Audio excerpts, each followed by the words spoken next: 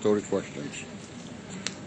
Mr. Chief Justice, we go back to the issue in this impeachment trial.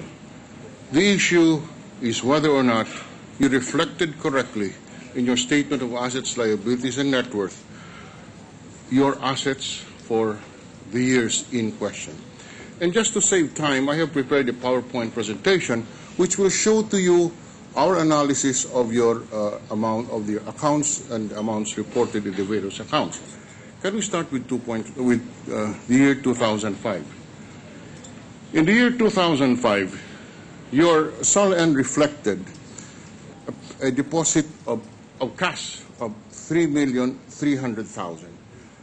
Now, we checked the evidence, and the evidence on record shows a BPI peso account with a balance of 149,767.36 and some substantial dollar accounts as reflected there. If you go back to 2005, the total dollars reflected per the records, per the evidence on record, is $700,265.12. And in fact, some of these dollars account were reflected in what you have presented to this court as the lantern. Specifically, I refer in, for example, PS Banca Inta, account number 141-00712. Per your presentation, you opened this on January 14, 2005, with a deposit of $57,000, as reflected the AMLAC report, and it was closed on 6 October 2008, per your own presentation.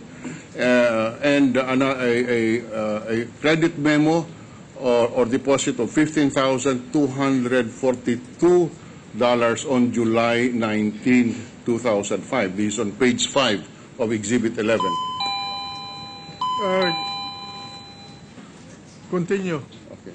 You may have additional 2 minutes. All right. So can we just go quickly? 2005, this is the SALN and the accounts. 2006, you report of 2.5 billion. The total 2006 is $700,265.12 and a total peso of 153,000. 2007, SALN 2.5 million.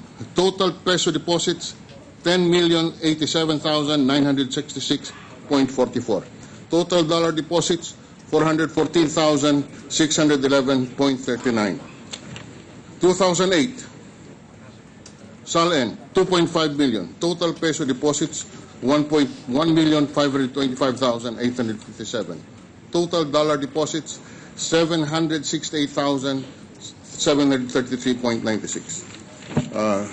2009, SALN 2.5 billion, total peso deposits $9.1 million, $768,733.96, and 2010 total SALN reflection of cash 3.5 billion, total peso deposits 31,752,623, and dollar deposit of $768,733.96. Now, you just mentioned that you have $2.4 million and 80.7 million pesos. Apparently, none of this is being reflected in your SALNs, Mr. Chief Justice. Is that correct? Yes, sir. But I already explained that last Tuesday. And the reason was because I believe that the dollar deposits need not be reported in the SALN because of Republic Act 6426. Okay. So, yung pesos naman po, gaya po nung pinaliwanag ko, hindi ko po rin i-report yun kasi commingled funds yun. Nang hindi, sa pangangasiwa ko lang po yun, hindi naman po sa amin yun. Okay.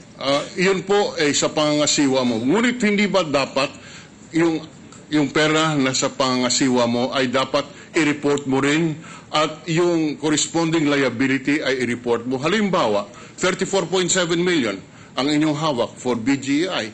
Yan po ay liability. Ngunit yan din po ay asset, hindi po ba yun?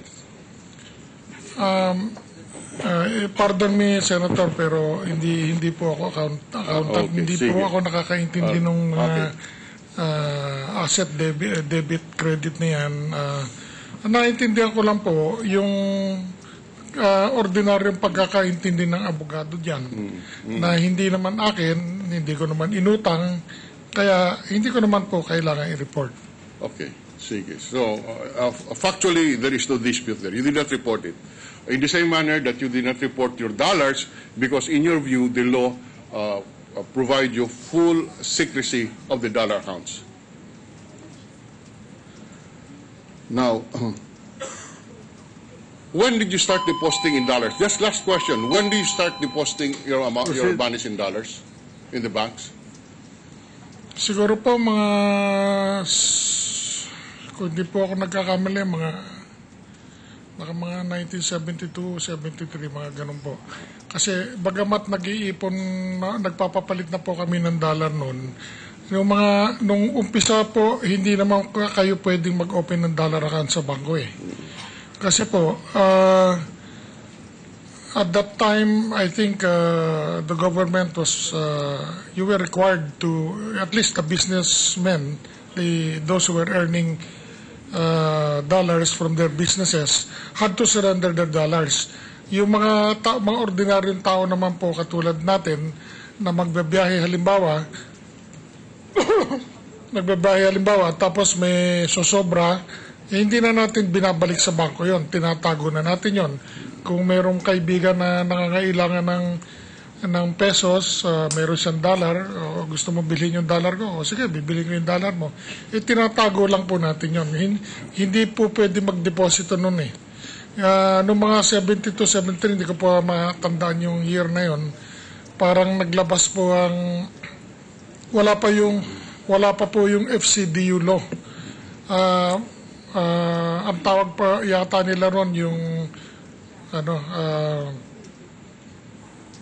parang 343 account yata ang tawag doon eh.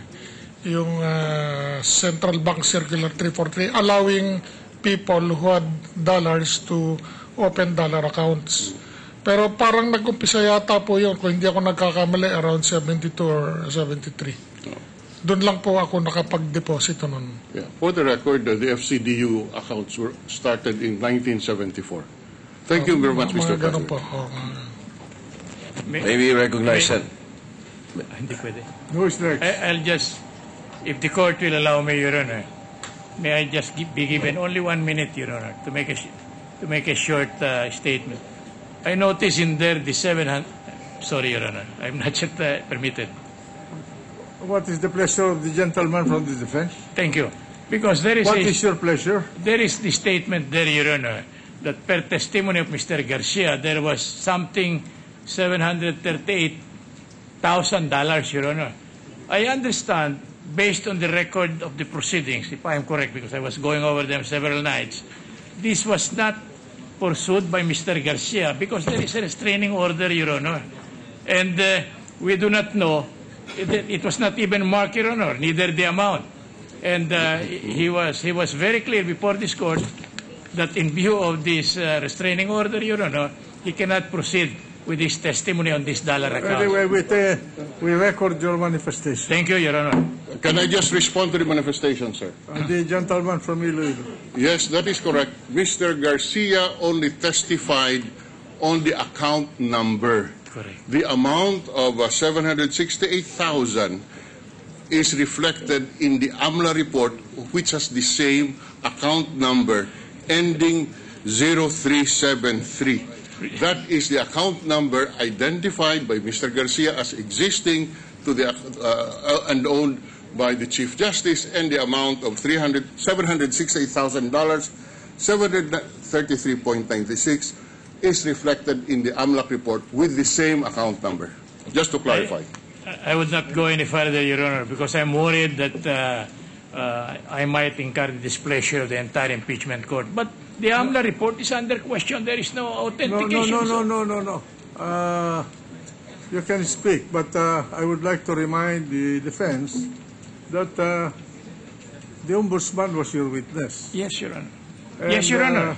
Whatever she presented here will be treated as a part of your evidence. No, but if we go by the rules of procedure and evidence, Your What Honor, is the procedure? What is the material rule of evidence on this? if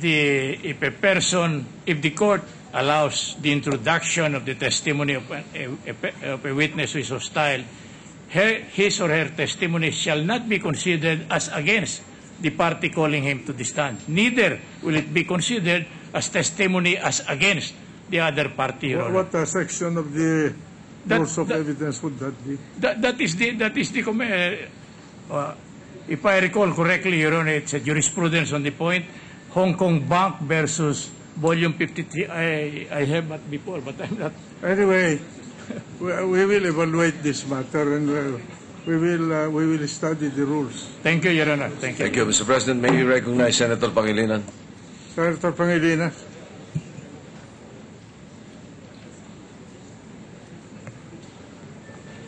Magandang hapon po, Ginoong Chief Justice.